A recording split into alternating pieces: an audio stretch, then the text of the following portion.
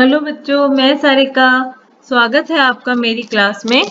बच्चों, आज हम बहुत ही नया और इंटरेस्टिंग टॉपिक पढ़ेंगे, एपोमिक्सिस या असंजनन। अभी तक हमने जनन की सामान्य विधि मतलब कि लैंगिक जनन, कायिक जनन और अलिंगिक जनन, इन सब के बारे में पढ़ा था। आज हम जनन की विशिष्ट विधि है असंजनन, उसके बारे में पढ़ेंगे। तो आइए देखते हैं असंजनन होता क्या है। असंजनन या एपोमिक्सिस एक वैज्ञानिक थे हेंस विंकलर के अनुसार सामान्य लैंगिक जनन का किसी भी ऐसी विधि से प्रतिस्थापन जिसमें अर्धसूत्री विभाजन व निषेचन यानी कि युग्मक संलयन न हो एपोमिक्सिस कहलाता है। साधारण निषेचन में हमने देखा था कि नर और मादा युग्मक मिलके युग्मनज बनाते हैं और इस युग्मनज से भ्रूण का निर्माण होता है। ठीक है, लेकिन असंजनन में ऐसी कोई क्रिया नहीं होती। उसके अलावा तो सामान्य लैंगिक जनन का प्रतिस्थापन हो जाता है, रिप्लेसमेंट हो जाता है ऐसी विधि से जिसमें अर्धसूत्री विभाजन व निषेचन यानी कि युग्मक संलयन न हो। ऐसी विधि कहलाती असंजनन या apomixis. Replacement of sexual reproduction by special method जिसमें कि मियोसिस और गैमेट फ्यूजन या निषेचन न हो। एपोमिक्सिस शब्द जो है वो दो शब्दों से मिलकर बना है, एपो और मिक्सिस। एपो का मतलब है बिना और मिक्सिस का मतलब है मिश्रण। तो स्पष्ट है कि जहां युग्मकों का मिश्रण ना हो। एपोमिक्सिस ऐसा जनन है जहां पर युग्मकों का मिश्रण ना हो, वो एपोमिक्सिस कहलाता है। ठीक है, और बनने वाले जो पौधे हैं वो आसंजनिक पौधे कहलाते हैं। और ये परिभाषा है जो कि हेंस विंकलर ने दी थी। उनके अनुसार मान्य असंजनन दो प्रकार का होता है। पहला होता है बीजाणुउद्भिद असंजनन या स्पोरोफाइटिक एपोमिक्सिस और दूसरा होता है युग्मकोद्भिद असंजनन या गैमेटोफाइटिक एपोमिक्सिस। तो बच्चों, एपोमिक्सिस कौन कौन से शब्दों से मिलकर बना होता है? एपो और मिक्सिस। ठीक है, एपो का मतलब है बिना, मिक्सिस का मतलब है मिश्रण, यानी जहां पर युग्मकों का मिश्रण ना हो या युग्मकों के मिश्रण के बिना जो प्लांट्स बनते हैं वो आसंजनिक प्लांट कहलाते हैं। और ये क्रिया क्या कहलाती है? एपोमिक्सिस या असंजनन।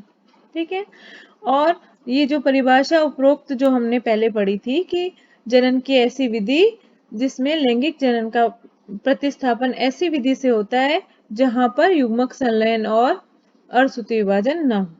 इस परिभाषा के अनुसार मान्य असंजनन दो प्रकार का होता है, एक तो बीजाणुउद्भिद और दूसरा युग्मकोद्भिद असंजनन। इसको डिटेल में देखते हैं। पहले हम देखेंगे बीजाणुउद्भिद असंजनन या स्पोरोफाइटिक एपोमिक्सिस क्या होता है। इस प्रकार के असंजनन में भ्रूण का निर्माण बिना निषेचन व अर्धसूत्रण के द्विगुणित कोशिका से होता है। ठीक है, निषेचन भी नहीं, अर्धसूत्रण भी नहीं, कोशिका कैसी हुई? द्विगुणित। बच्चों, इसमें ध्यान देने योग्य बात मेन ये ही है कि कोशिका कैसी होती है? द्विगुणित। बीजाणुउद्भिद असंजनन में जो कोशिका जिससे भ्रूण बनता है वो हमेशा द्विगुणित होती है, अर्थात भ्रूण का निर्माण बीजांडकाय व अध्यावरण की किसी द्विगुणित कोशिका से होता है। ठीक है, डायग्राम देखेंगे। ये है बीजांड, बीजांड का चित्र है। इसमें बीच में ये क्या है? भ्रूण कोश। ये आप जानते ही हैं, हमने बीजांड के बारे में डिटेल में पहले पढ़ लिया है। ये है बीजांडकाय और ये है अध्यावरण। तो द्विगुणित कोशिका कहाँ की है? ये बीजांडकाय की कोशिका है द्विगुणित, और अध्यावरण की कोशिका भी द्विगुणित होती है। तो जो अध्यावरण की कोशिका भी भ्रूण का निर्माण कर सकती है और बीजांडकाय की कोशिका भी भ्रूण का निर्माण कर सकती है। बीजांडकाय की कोशिका द्विगुणित होती है और अध्यावरण की कोशिका भी द्विगुणित होती है। तो बच्चों, बीजाणुउद्भिद असंजनन में एक मेन चीज आपको द्विगुणित शब्द याद रखना है कि इस प्रकार के असंजनन में भ्रूण का निर्माण बिना निषेचन अर्धसूत्रण के कैसी कोशिका से होता है? द्विगुणित कोशिका से होता है। अर्थात भ्रूण का निर्माण बीजांडकाय व अध्यावरण की किसी द्विगुणित कोशिका से हो सकता है। इसे वेजिटेटिव एम्ब्रियोजेनी भी कहा गया है। ये तो बीजाणुद्भिद असंजनन समझ में आ गया होगा। नेक्स्ट है युग्मकोद्भिद असंजनन। इस प्रकार के असंजनन में क्या होता है?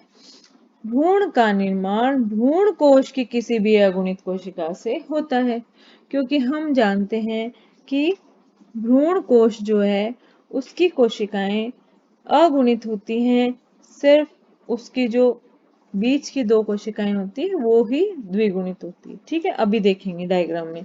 तो इस प्रकार के असंजन में भ्रूण का निर्माण भ्रूण कोश की किसी भी अगुणित कोशिका से, और ये कितने प्रकार का होता है? 2 प्रकार का, पार्थेनोजेनेसिस और एपोस्पोरी, यानी अनिषेक जनन और अपयुग्मन। अनिषेक जनन क्या होता है? जब भ्रूण का निर्माण अनिषेचित अंड कोशिका से हो तो उसे अनिषेक जनन कहते हैं।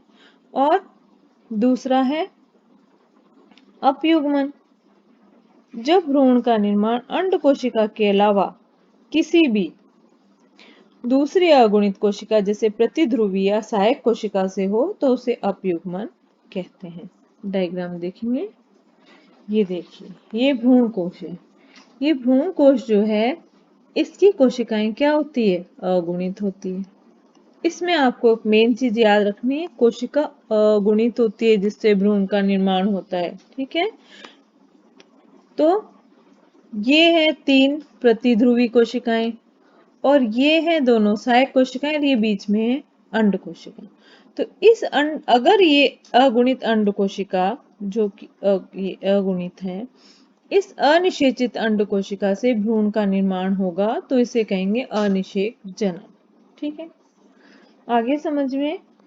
अनिषेक जनन क्या है? जब भ्रूण का निर्माण अनिषेचित अंड कोशिका से हो, यानी इस अंड कोशिका का नर युग्मक के साथ निषेचन नहीं हो और ये सीधे ही भ्रूण का निर्माण कर दे, तो इसे कहेंगे अनिषेक जनन या पार्थेनोजेनेसिस। और या फिर प्रतिध्रुवी कोशिकाएं, 3 तो प्रतिध्रुवी कोशिकाएं हो गई और अंड के अलावा 2 कोशिकाएं हो गई सहायक कोशिकाएं। तो ये जो 5 कोशिकाएं हैं इनमें से कोई भी, है ना, कोई भी अगुणित कोशिकाएं, ये सारी कोशिकाएं भी क्या होती हैं? अगुणित होती। ये भी अगुणित है सहायक कोशिकाएं, सॉरी प्रतिध्रुवी कोशिकाएं, और सहायक कोशिकाएं भी अगुणित है। तो प्रतिध्रुवी कोशिका या सहायक कोशिका जो अगुणित होती है वो भ्रूण का निर्माण करती है, तो इसे अपयुग्मन या एपोस्पोरी कहते हैं। तो युग्मकोद्भिद असंजनन क्या हो गया? भ्रूण का निर्माण भ्रूण कोश की किसी अगुणित कोशिका से। ये बीच वाली जो कोशिका है ना जिसमें पोलर न्यूक्लियस, ये सेंट्रल सेल, ये द्विगुणित होती है, बाकी सब अगुणित है। ये 2 प्रकार का होता है। अनिषेक जनन, जब भ्रूण का निर्माण अनिषेचित अंड कोशिका से होता है तो उसे अनिषेक जनन कहते हैं। दूसरा अपयुग्मन, जब भ्रूण का निर्माण अंड कोशिका के अलावा भ्रूण कोश की किसी अन्य अगुणित कोशिका या प्रतिध्रुवी कोशिका जैसे कि प्रतिध्रुवी कोशिका या सहायक कोशिका से होता है तो उसे अपयुग्मन कहते हैं। ठीक है, तो ये तो दोनों 2 टाइप बताए थे हेंस विंकलर ने। अब हम एक और वैज्ञानिक हैं प्रोफेसर पंचानन माहेश्वरी, उन्होंने असंजनन को 4 प्रकार में बांटा है। मेनली असंजनन 2 प्रकार का होता है, अनावर्ती असंजनन और पुनरावर्ती असंजनन। लेकिन अध्ययन की सुविधा के आधार पर इसको 4 भागों में बांट दिया गया है, अपस्थानिक भ्रूणता और कायिक भ्रूणता। ठीक है, पंचानन माहेश्वरी ने असंजनन को 2 प्रमुख प्रकारों अनावर्ती असंजनन और पुनरावर्ती असंजनन में बांटा और फिर आगे उनको कई प्रकारों में भी बांटा है। और अब अध्ययन की सुविधा के आधार पे हम इसको 4 प्रकारों में पढ़ेंगे, अनावर्ती असंजनन, पुनरावर्ती असंजनन, अपस्थानिक भ्रूणता और कायिक भ्रूणता। तो आइए देखते हैं। सबसे पहले हम देखेंगे अनावर्ती असंजनन, नॉन रिकरेंट एपोमिक्सिस। बहुत ही इजी है बच्चों। इस प्रकार के असंजनन में जो गुरु बीजाणु मात्र कोशिका होती है MMC, उसमें अर्धसूत्रीय विभाजन से 4 गुरु बीजाणु बनते हैं। इनमें से 3 अपहासित हो जाते हैं व एक ही गुरु बीजाणु सक्रिय रहता है जो अगुणित भ्रूण कोश का निर्माण करता है।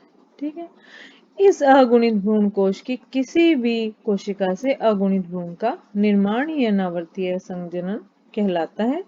इसको भी हम डायग्राम से भी देखेंगे कि यह 2 प्रकार का है, अगुणित अनिषेक जनन और दूसरा है अगुणित अपयुग्मन।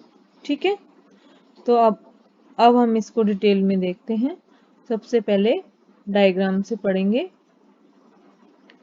ये देखिए, ये है एमएमसी मेगास्पोर मदर सेल गुरु बीजाणु मात्र कोशिका। गुरु बीजाणु मात्र कोशिका क्या करती है, इसमें होता है अर्धसूत्री विभाजन और इससे बनते हैं 4 मेगास्पोर। ठीक है, 4 में से 3 जो होते हैं वो तो अपहासित हो जाते हैं और एक गुरु बीजाणु रहता है सक्रिय। ठीक है, 4 गुरु बीजाणु बनते हैं, 3 अपहासित हो जाते हैं, एक गुरु बीजाणु सक्रिय रहता है। ये गुरु बीजाणु अगुणित भ्रूण कोश का निर्माण करता है। ये भ्रूण कोश जो है ये अगुणित है। ठीक है, अब ये जो अगुणित भ्रूण कोश है, इसी से अगुणित भ्रूण का निर्माण होता है। इसी क्रिया को अनावर्ती असंजनन कहते हैं। तो यह असंजनन 2 प्रकार का होता है, अगुणित अनिषेक जनन और अगुणित अपयुग्मन। बहुत इजी है। एमएमसी में अर्धसूत्री विभाजन हुआ, 4 मेगास्पोर बने, 4 में से 3 अपहासित हो गए, एक बचा, एक से अगुणित भ्रूण कोश बना। अब इस अगुणित भ्रूण कोश से किस प्रकार से भ्रूण का निर्माण होता है, इस हिसाब से इसे 2 भागों में बांटा गया है। यदि अगुणित भ्रूण कोश की अगुणित अंड कोशिका से बिना निषेचन के भ्रूण बने तो उसे अगुणित अनिषेक जनन कहेंगे। ये क्या है बच्चों, अगुणित अंड कोशिका। इस अंड कोशिका से भ्रूण का निर्माण हुआ, अगुणित भ्रूण, तो इसे अगुणित अनिषेक जनन कहेंगे, हैप्लोइड पार्थेनोजेनेसिस। ठीक है, और जब भ्रूण का विकास अगुणित भ्रूण कोश की अंड के अतिरिक्त अन्य कोशिका से, अंड के अतिरिक्त अन्य कोशिका, अगुणित कोशिका कौन सी है, 3 तो प्रतिमुखी कोशिकाएं हैं और 2 है सहायक कोशिका। ये जो सेंट्रल सेल है ये तो डिप्लॉइड होगी ना, ये तो 2n होगी, इसमें तो 2 न्यूक्लियस होते हैं। तो जब इन प्रतिमुखी कोशिका या सहायक कोशिका से भ्रूण का निर्माण होता है तो इसे अगुणित अपयुग्मन या हैप्लोइड एपोस्पोरी कहते हैं। बच्चों पहले जो पढ़ा और अब पढ़ा उसमें कंफ्यूज होने की आवश्यकता नहीं है, क्योंकि वो जो विभाजन था स्पोरोफिटिक और गैमेटोफिटिक यानी बीजाणुद्भिद और युग्मकोद्भिद, वो तो दिया था हेंस विंकलर ने, और ये दिया है पंचानन महेश्वरी। तो अनावर्तीय असंजनन समझ में आ गया होगा। गुरु बीजाणु मात्र कोशिका, अर्धसूत्री विभाजन, 3 गुरु बीजाणु, 4 गुरु बीजाणु, 3 अपहासित, 1 सक्रिय। सक्रिय गुरु बीजाणु जो है अगुणित भ्रूण कोश बनाता है। अगुणित भ्रूण कोश की अनिषेचित अंड कोशिका से अगर भ्रूण बनेगा तो इसको क्या कहेंगे, अनिषेचित अंड कोशिका से भ्रूण का निर्माण होता है तो इसे अगुणित अनिषेक जनन कहते हैं। और अंड कोशिका के अलावा जो भी अगुणित कोशिकाएं, जैसे 3 तो प्रतिमुखी कोशिकाएं और 2 सहायक कोशिकाएं, इनमें से कोई भ्रूण का निर्माण करती है तो इसे अगुणित अपयुग्मन या हैप्लोइड एपोगेमी कहते हैं। ठीक है, इसका एग्जाम्पल है दतूरा और मक्का। अब हम पढ़ेंगे पुनरावर्तीय असंजनन या रिकरेंट एपोमिक्सिस। रिकरेंट एपोमिक्सिस में क्या होता है, जो गुरु बीजाणु मात्र कोशिका है एमएमसी, उसमें अर्धसूत्री विभाजन होता ही नहीं है। इससे क्या होगा, द्विगुणित भ्रूण कोश बन जाएगा। अब इस द्विगुणित भ्रूण कोश की किसी भी कोशिका से भ्रूण का निर्माण पुनरावर्तीय असंजनन कहलाता है और यह भी 2 प्रकार का होता है। पहला होता है जनन बीजाणुकता और दूसरा होता है कायिक बीजाणुकता। ठीक है, यानी जनरेटिव एपोस्पोरी और सोमेटिक एपोस्पोरी। ठीक है, तो किस तरह से इससे भ्रूण का निर्माण होता है आइए डायग्राम में देखते हैं। ये देखिए, ये है एमएमसी या गुरु बीजाणु मात्र कोशिका। इसमें अर्धसूत्री विभाजन हुआ ही नहीं, अर्धसूत्री विभाजन के बिना ही भ्रूण कोश बन गया। अब इस भ्रूण कोश से भ्रूण का निर्माण हो गया। तो ये भ्रूण कोश जो है ये द्विगुणित होगा, क्योंकि मेगास्पोर मदर सेल जो है गुरु बीजाणु मात्र कोशिका ये भी द्विगुणित है। इसमें अर्धसूत्रीय विभाजन नहीं हुआ तो भ्रूण कोश भी द्विगुणित बना, और इस द्विगुणित भ्रूण कोश की किसी भी कोशिका से भ्रूण का निर्माण पुनरावर्तीय असंजनन कहलाता है। ठीक है, ये दो प्रकार का होता है। और ये जो पुनरावर्ती असंजनन है ये दो प्रकार का होता है। इसमें पहला है जनन अभिजाणुकता है, जनरेटिव एपोस्पोरी। इस असंजनन में भ्रूण कोश का विकास प्रप्रसूतक यानी आर्किस्पोरियम की द्विगुणित कोशिका से होता है। जो आर्किस्पोरियल सेल है ये द्विगुणित होती है, इससे बन जाता है भ्रूण कोश। इस भ्रूण कोश की देखिए सेंट्रल सेल जो है वो चतुर्गुणित होती है, और बाकी प्रतिमुखी कोशिकाएं और सहायक कोशिकाएं, अंड कोशिकाएं ये सब द्विगुणित होती है। तो जब ये भ्रूण का निर्माण करेगी तो इसे जनन अभिजाणुकता या जनरेटिव एपोस्पोरी कहते हैं। दूसरा है कायिक अभिजाणुकता। यह भ्रूण कोश का विकास कहाँ से होगा? या तो अध्यावरण की कोशिका से हो जाएगा, अध्यावरण की कोशिकाएं द्विगुणित होती है हमें ध्यान है, या फिर बीजांड या न्यूसेलस की द्विगुणित कोशिका से हो जाएगा। तो या तो अध्यावरण की द्विगुणित कोशिका से भ्रूण का निर्माण हो जाए या बीजांडकाय की द्विगुणित कोशिका से। तो इनमें इन दोनों की किसी भी द्विगुणित कोशिका से बिना निषेचन के भ्रूण का निर्माण कायिक अभिजाणुकता कहलाता है। तो पुनरावर्तीय असंजनन या रिकरेंट एपोमिक्सिस के बारे में आपको समझ में आया होगा कि एमएमसी जो है मेगास्पोर मदर सेल या गुरु बीजाणु मात्र कोशिका में मियोसिस नहीं होता, अर्धसूत्रीय विभाजन नहीं होता, और डिप्लॉयड एम्ब्रियो से क्या द्विगुणित भ्रूण कोश बनता है। इस द्विगुणित भ्रूण कोश की किसी भी कोशिका से जब एम्ब्रियो बनेगा तो उसे पुनरावर्तीय संजनन कहेंगे। ये दो टाइप का जनन अभिजाणुकता जिसमें भ्रूण कोश प्रसूतक कोशिका की द्विगुणित कोशिका से बनता है, और इसकी किसी भी द्विगुणित कोशिका से, ये प्रसूतक की कोशिका से भ्रूण कोश बना, इसकी किसी द्विगुणित कोशिका से भ्रूण का निर्माण जनन अभिजाणुकता। कायिक अभिजाणुकता क्या हो गया? अध्यावरण या बीजांडकाय की द्विगुणित कोशिका से भ्रूण कोश बनेगा और उससे भ्रूण का निर्माण होगा। ठीक है, आगे चलते। तीसरा है अपस्थानिक भ्रूणता या एडवेंटिव एम्ब्रियोनी। इसमें क्या होता है बच्चों?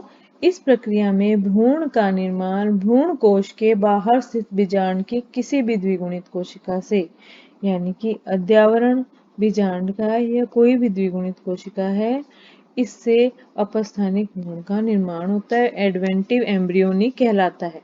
तो इस प्रक्रिया में भ्रूण का निर्माण भ्रूण कोश के बाहर स्थित बीजांड की किसी भी द्विगुणित कोशिका से होता है। एग्जाम्पल है इसका नींबू और आम और ये जो सिट्रस फ्रूट होते हैं इसमें पाया जाता है। इस चित्र में आप आराम से देख सकते हैं, ये इंटेगुमेंट है और इसके अंदर ये न्यूसेलस यानी कि बीजांडकाय, ये है अध्यावरण, और ये जो है ये तो नॉर्मल एम्ब्रियो है, ये रहा। और इसके अलावा ये जो बाहर हैं इस एडवेंटिव एम्ब्रियो हैं जिनका निर्माण बीजांडकाय या अध्यावरण की कोशिकाओं से होता है। नेक्स्ट हम पढ़ेंगे कायिक बीजाणु, कायिक असंजनन। ठीक है, यानी कि कायिक असंजनन यानी कि वेजिटेटिव एपोमिक्सिस। वेजिटेटिव एपोमिक्सिस क्या होता है बच्चों? यहाँ पादप में पुष्पों के स्थान पर पत्र कलिकाएं, बल्बिल्स और कायिक प्रवर्ध यानी कि प्रोपग्यूल्स का निर्माण हो जाता है, और ये पादप पर रहते हुए ही अंकुरित हो जाते हैं। एग्जाम्पल है अगेव और प्याज। चित्र देखेंगे, ये प्याज का चित्र है, इसमें बल्बिल्स हैं, ये बल्ब स्केली लीव्स है, बल्बिल्स हैं ये, और यहाँ पे पुष्पों के स्थान पर पत्र कलिकाएं या कायिक प्रवर्ध का निर्माण हो जाता है, और ये पौधे पे रहते हुए ही अंकुरित हो जाते हैं, जैसे कि अगेव और प्याज। तो अब इस चित्र में देखते हैं, देखिए बच्चों, यहाँ पे ये ओवरी है, ये मेगास्पोर मदर सेल है, ये द्विगुणित है। अगर तो इसमें मियोसिस हो जाएगा तो 4 मेगास्पोर बनेंगे, 4 में से 3 डी जनरेट हो जाएंगे और एक मेगास्पोर जो है वो भ्रूण कोश या एम्ब्रियो सैक का निर्माण कर देगा। अगर इसके अंड कोशिका का नर युग्मक से संयोजन हो जाता है तो साधारण लैंगिक जनन होता है और उससे भ्रूण का निर्माण होता है। अगर इस कोशिका में अगर ये लैंगिक जनन ना हो तो इस अंड कोशिका से अनिषेचित अंड कोशिका जो है इससे भ्रूण का निर्माण होगा, तो इसे स्पोरोफिटिक एपोमिक्सिस कहते हैं। ठीक है। अगर मेगास्पोर मदर सेल है यानी कि गुरु बीजाणु मात्र कोशिका, इसमें मियोसिस हो ही ना और ये सीधे ही भ्रूण कोश का निर्माण कर दे और इसकी अंड कोशिका से भ्रूण बनेगा, तो इसको क्या कहेंगे? गैमेटोफिटिक एपोमिक्सिस या युग्मकोद्भिद असंजनन। ठीक है। अब अभी तक हमने जो पढ़ा है उसको फिर से रिवाइज कर लेते हैं। हेंस विंकलर ने असंजनन या एपोमिक्सिस को दो भागों में बांटा, एक तो बीजाणुद्भिद असंजनन और एक युग्मकोद्भिद असंजनन, यानी कि स्पोरोफिटिक एपोमिक्सिस और गैमेटोफिटिक एपोमिक्सिस। ठीक है। गैमेटोफिटिक एपोमिक्सिस जो है वो कितने प्रकार का होता है? 2 प्रकार का, अनिषेक जनन और अपयुग्मन। जो बीजाणुद्भिद असंजनन देखा था हमने, उस असंजनन में क्या होता है? बीजांडकाय या अध्यावरण वर्ण की किसी द्विगुणित कोशिका से भ्रूण का निर्माण होता है। ये तो बीजाणुद्भिद असंजनन हो गया। युग्मकोद्भिद असंजनन में क्या होता है? भ्रूण कोश जो है उसमें भ्रूण का परिवर्धन अगुणित कोशिका से होता है। ठीक है। इस अगुणित कोशिका से क्या बनता है? भ्रूण कोश। ठीक है। अगर इस भ्रूण कोश की अनिषेचित अंड कोशिका से भ्रूण बनता है, अंड कोशिका से भ्रूण बनता है, तो इसे हम कहेंगे अनिषेक जनन। और अगर अंड कोशिका के अलावा या तो प्रतिमुखी कोशिका या सहायक कोशिका से भ्रूण बनता है, तो इसे हम कहेंगे अपयुग्मन। ठीक है। अब नेक्स्ट देखते हैं कि प्रोफेसर पंचानन महेश्वरी ने किस तरह से इसको डिवाइड किया था। उन्होंने 2 पार्ट, मेनली इन 2 पार्ट में डिवाइड किया था और अध्ययन की सुविधा के आधार पर इसको हमने 4 पार्ट में डिवाइड किया है। तो सबसे पहला है अनावर्ती असंजनन और दूसरा पुनरावर्ती असंजनन, तीसरा अपस्थानिक भ्रूणता और चौथा कायिक असंजनन। तो अनावर्ती असंजनन में क्या हुआ कि एमएमसी जो थी गुरु बीजाणु मात्र कोशिका, इसमें हुआ था अर्धसूत्री विभाजन, 4 गुरु बीजाणु बने थे, 4 में से 3 डीजेनरेट यानी कि अपहासित हो गए थे और एक बचा था। इस एक ने क्या बनाया था? भ्रूण कोश। ठीक है। इस एक ने भ्रूण कोश बनाया था और इस भ्रूण कोश की अगर अंड कोशिका ने बिना निषेचन के और भ्रूण का निर्माण कर दिया, तो इसे अगुणित अनिषेक जनन कहेंगे। और अंड कोशिका के अलावा दूसरी कोशिका जो थी उसने भ्रूण का निर्माण किया, तो इसे हैप्लॉइड एपोगेमी कहेंगे। ठीक है। तो अनावर्ती असंजनन 2 प्रकार का हो गया ना। मेन बात क्या है? मेगास्पोर मदर सेल में अर्धसूत्री विभाजन यहाँ पे हुआ, 4 मेगास्पोर बने यानी कि 4 गुरु बीजाणु बने, 4 में से 3 डीजेनरेट हो गए, अपहासित हो गए, एक गुरु बीजाणु बचा जिसने भ्रूण कोश का निर्माण कर दिया। इस भ्रूण कोश की अगर अंड कोशिका ने बिना निषेचन के भ्रूण बनाया, तो इसको कहा अगुणित निषेक जनन। और अगर अंड कोशिका के अतिरिक्त दूसरी कोशिका ने बनाया, तो दूसरी कोशिका ने भ्रूण बनाया यानी कि प्रतिमुखी और सहायक कोशिका ने, तो इसे अगुणित अपयुग्मन कहेंगे। अगुणित अनिषेचन की जो अनिषेक जनन की टर्म जो है जो वो जॉर्ज एंसन ने 1928 में दी थी। ठीक है, अब दूसरा पढ़ेंगे पुनरावर्ती असंजनन। ये ध्यान ही है हमें, मेगास्पोर मदर सेल जो है उसमें अर्धसूत्री विभाजन हुआ ही नहीं और इसने सीधे ही भ्रूण कोश का निर्माण कर दिया। ये भ्रूण कोश बन गया और ये भ्रूण कोश की कोशिकाएं जो थी वो क्या थी, द्विगुणित थी। ये सब कोशिकाएं द्विगुणित थी और ये जो सेंट्रल सेल थी ये चतुर्गुणित थी। ठीक है, तो इन कोशिकाओं में ये क्या है, दो प्रकार का है पुनरावर्तीय असंजनन। इसमें क्या होता है, भ्रूण कोश का विकास अगर प्रसूतक कोशिका से होगा तो इसे जनन बीजाणुकता कहेंगे। अगर भ्रूण कोश का निर्माण बीजांड का या न्यूसेलस की कोशिका से होगा तो इसे कहेंगे कायिक बीजाणुकता। ठीक है, अब है अपस्थानिक भ्रूणता। अपस्थानिक भ्रूणता में भ्रूण कोश के बाहर स्थित किसी भी द्विगुणित कोशिका जैसे कि बीजांड का या अध्यावरण की कोशिका से भ्रूण का निर्माण अपस्थानिक भ्रूणता कहलाता है। कायिक असंजनन में क्या होता है, कायिक असंजनन में पादप में पुष्प नहीं आते, पुष्पों के स्थान पर क्या आता है, पत्र कलिकाएं, बल्बिल्स या प्रोपोग्यूल्स यानी कि कायिक प्रवर्ध। कायिक प्रवर्ध, ठीक है, ये क्या करेंगे, ये नए पौधे का निर्माण कर देगी, नए पौधे या न्यू प्लांट का निर्माण कर देगी। ठीक है बच्चों, तो असंजनन कितने प्रकार का हो गया, दो, अनावर्ती यानी नॉन रिकरेंट एपोमिक्सिस, पुनरावर्ती यानी रिकरेंट एपोमिक्सिस। जो अनावर्ती एपोमिक्सिस है इसमें क्या होगा, गुरु बीजाणु मात्र कोशिका है, इसमें अर्धसूत्री विभाजन, फिर से ये भ्रूणकोश बन गया, 3 डिजनरेट होके, ये दो प्रकार के हो गए, अगुणित अपयुग्मन, अगुणित अनिषेक जनन। और पुनरावर्ती दो प्रकार का हो गया, जनन अपबीजाणुकता, कायिक अपबीजाणुकता, फिर अपस्थानिक भ्रूणता और कायिक असंजनन। अब हम पढ़ेंगे असंजनन का महत्व क्या होता है। ठीक है, असंजनन की प्रक्रिया क्यों है और इसका क्या महत्व है। तो असंजनन की प्रक्रिया में अर्धसूत्री विभाजन नहीं होता तो इससे बनने वाले पौधे के सभी लक्षणों में मात्र पादप के समान होते हैं, यानी कि ये क्लोन बनाने में बहुत उपयोगी है। बिल्कुल ये मैटरनल प्लांट है, उसके जैसे ही लक्षण इसमें जो प्लांट बनेगा यानी आसंजनिक प्लांट बनेगा उसमें जो लक्षण होंगे वो मात्र पादप के समान होंगे, इसलिए क्लोन बनाने में उपयोगी होगा।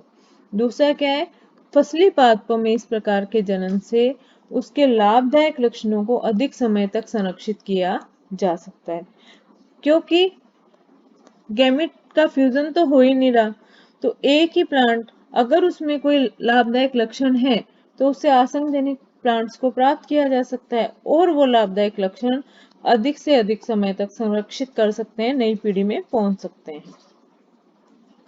तीसरा है, इस प्रकार के जनन से संकर बीजों का उत्पादन आसानी से किया जा सकता है क्योंकि आसंजनिक संकर पादपों के विशिष्ट लक्षणों के ह्रास को रोकता है। कैसे, संकर बीज जो है उनका उत्पादन किया जा सकता है हाइब्रिड सीड का, क्योंकि जो मैटरनल प्लांट है उसमें लक्षण को संरक्षित किया और उसी लक्षण वाले पौधे का संकरण भी करवाया जा सकता है, तो संकर बीजों का उत्पादन भी कर सकते हैं। आसंजनिक संकर पादपों के विशेष लक्षणों को के ह्रास को ये रोकता है। तो बच्चों आज की क्लास यही समाप्त होती है और नेक्स्ट जो क्लास होगी उसमें हम अनिषेक बीजता, सूक्ष्म प्रवर्धन और पॉलीएम्ब्रियोनी यानी बहुभ्रूणता के बारे में पढ़ेंगे। तो आज की क्लास यहीं समाप्त होती है, end of the session, we will be back soon. आशा है आपको आज का लेक्चर पसंद आया होगा। तो आज के लिए इतना ही, फिर मिलते हैं। नमस्ते बच्चों, गुड बाय।